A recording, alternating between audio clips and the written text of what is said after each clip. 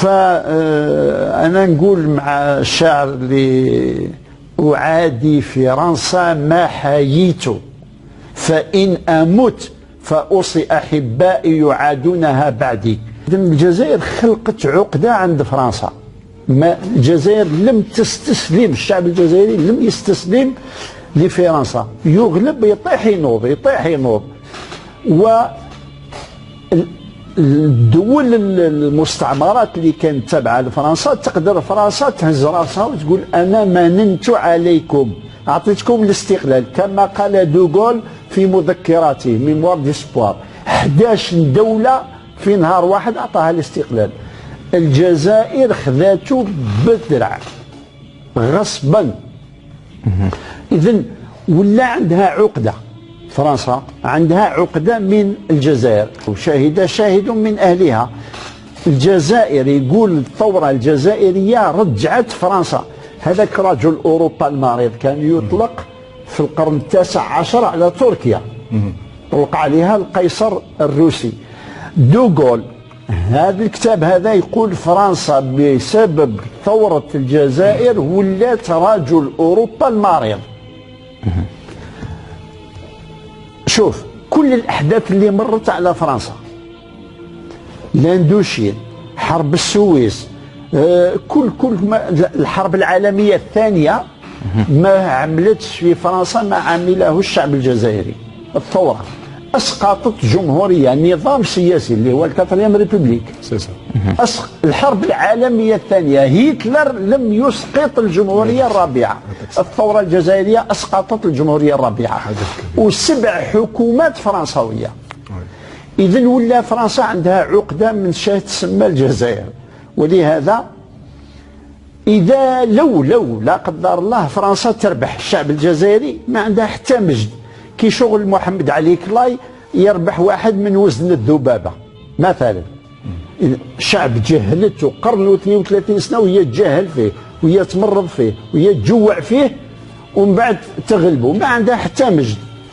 اذا خسرت كما خسرت مع الجزائر عندها عارين ماشي عار واحد، غلبها شعب 132 سنه وهي تجهل وهي دوك نعطيك رقم برك واعطي الكلمه للاساتذه.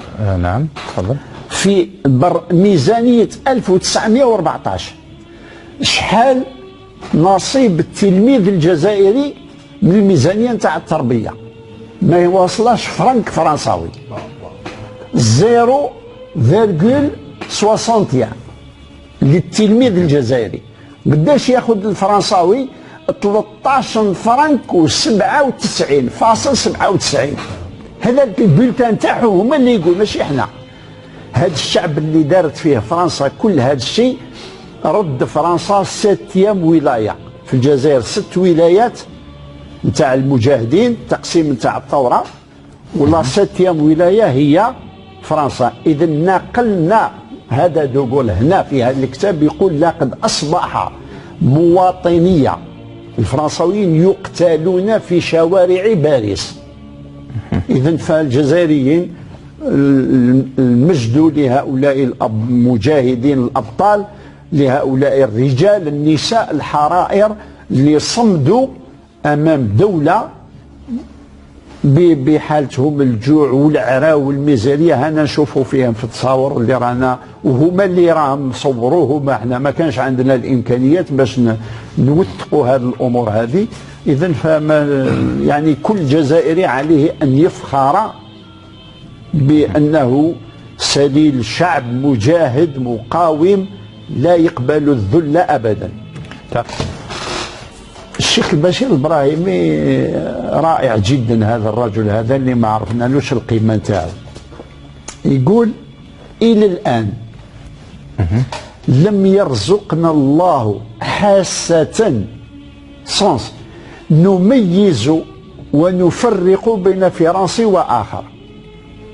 في المجموعه يعني كاين حبيبات، بدليل مثلا في المفروض الشيوعيين عندهم الجريده تاعهم ليومانيتي انسانيه وكذا. اللي عطى امر بقنبله الدشور تاع الجزائر، القرابه تاع الجزائر، هو شارل تيون وزير الطيران الشيوعي. شارل تيون.